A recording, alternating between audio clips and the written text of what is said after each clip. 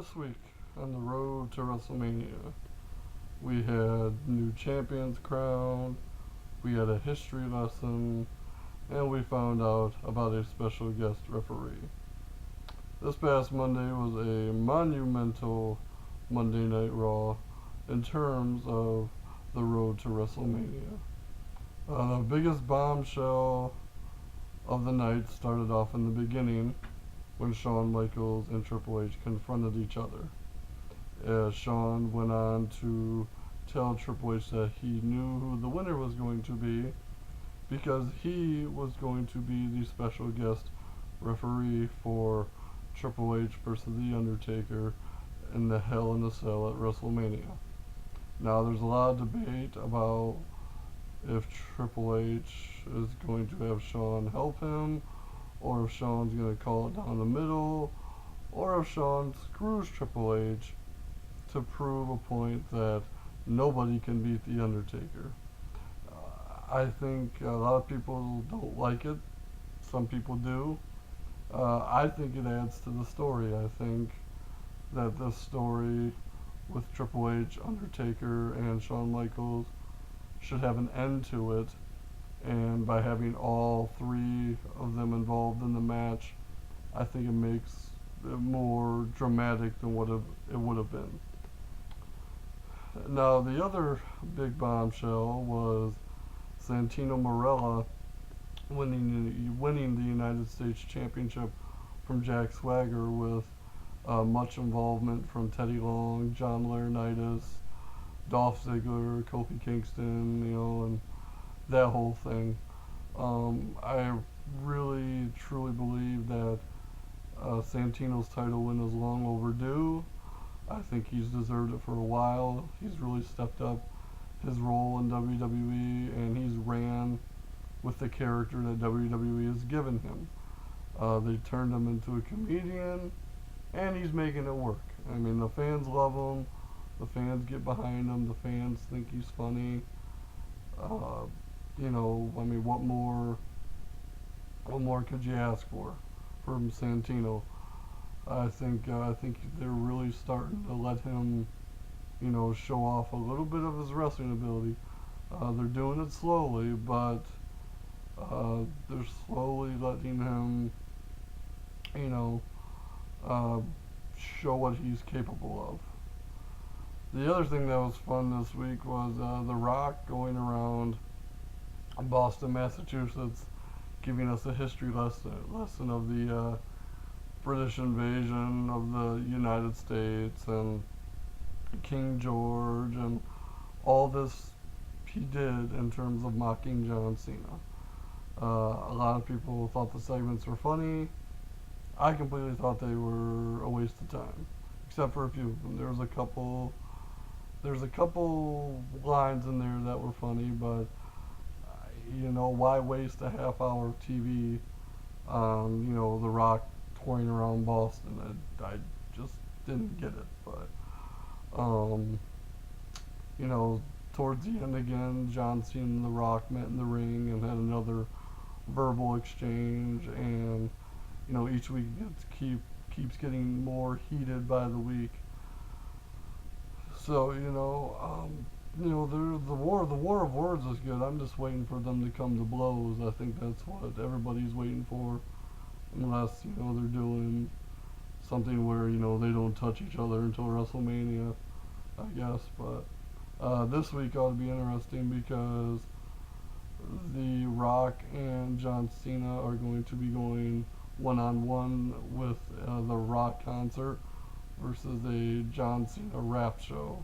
I think that's what they're calling it. I think this would be a great opportunity for John Cena to revert back to his basic thugonomic roots and give the fans what they really want to see. A lot of people don't seem to understand that John Cena used to be cheered heavily when he was doing the rapper gimmick and wearing the throwback jerseys and chains and doing word life, basic thugonomics. A lot of people love that about John Cena, and really that's what made John Cena get big to begin with.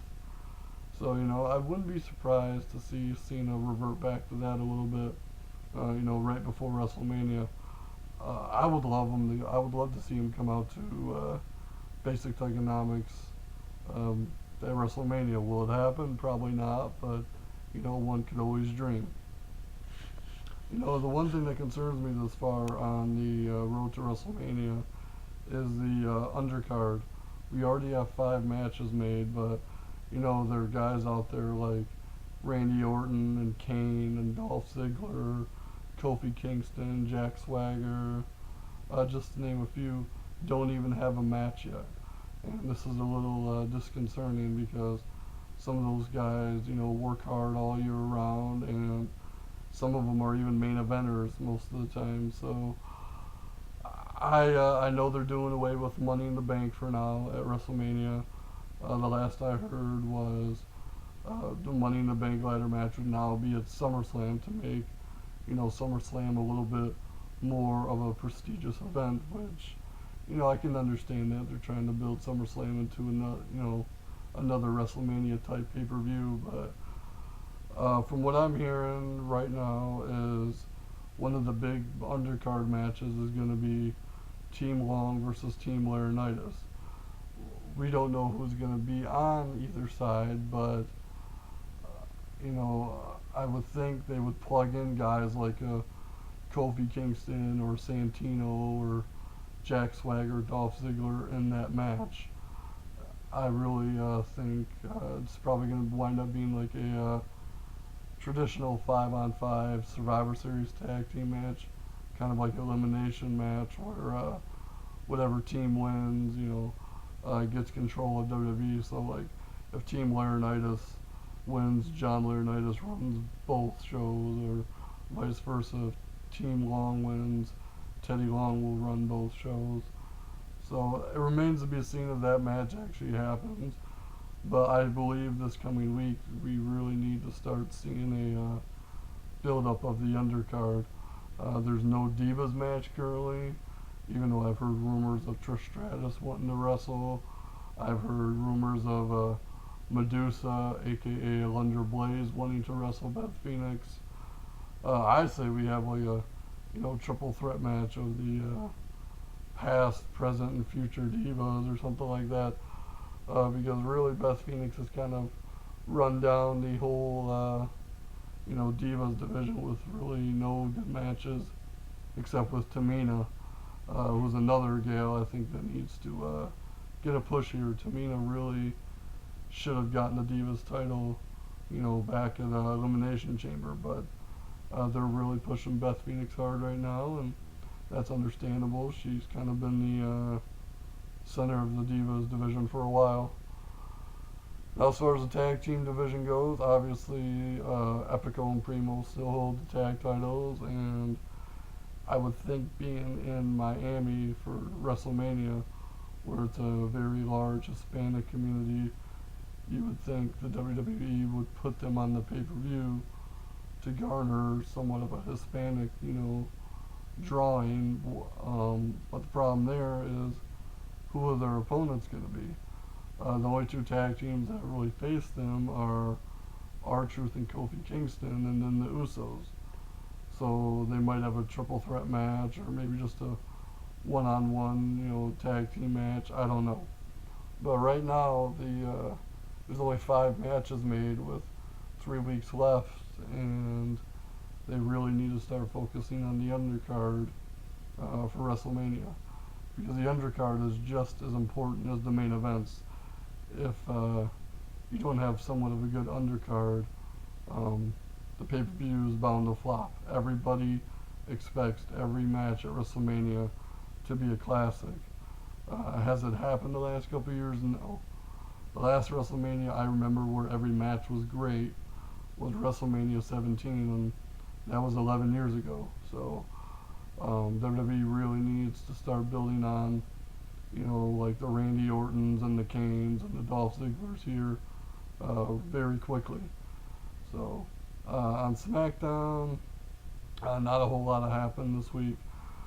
I really thought it was pointless to have a steel cage match between Jack Swagger and Santino. as an opening match. I know storyline they're trying to find a way to, you know, beat Santino because everyone thinks Santino's easily beatable. So I really didn't understand the steel cage match for Santino. But, you know, that's how it goes. I'm not the one that's writing the storylines. I'm not the one writing what goes on TV. But, you know, obviously they're running out of ideas for, you know, Santino and Swagger. The other thing that I'm wondering about too is Randy Orton and Kane have been feuding a little bit, and it remains to be seen if they're going to have a one-on-one match as well. People are saying no to it, but I mean, where else are you going to put them on the card? Especially if there's no Money in the Bank ladder match. You know, I'm sure fans of Randy Orton don't want to see him in a 5-on-5, you know, tag team match for control of the company. I mean, Randy Orton deserves a lot more than, you know, being in a tag match. He needs to be in a solid one-on-one match with somebody he's feuding with. Obviously, Wade Barrett's gone because of his broken arm, so that kind of nixed that whole idea. You know, it's just they're really, it seems like they're really struggling to find, you know, matches and spots for some of these guys. So, you know, this week I would really pay attention to what's on TV. I think the rest of the undercard is going to take shape this week. So we'll have to wait and see to find out what goes on. So, like I said, tomorrow night, Monday Night Raw, Rock Concert versus Rap Battle. It should be very interesting. Shawn Michaels is going to be confronting The Undertaker. And, you know, all the other guys are going to be in the house, like Triple H and, you know, Kane, Randy Orton. Both World Heavyweight and WWE Champions will be in the house. So, that's it for me for this week. Check back in at the same Hollywood time, same Hollywood place next week for the continuing road to WrestleMania.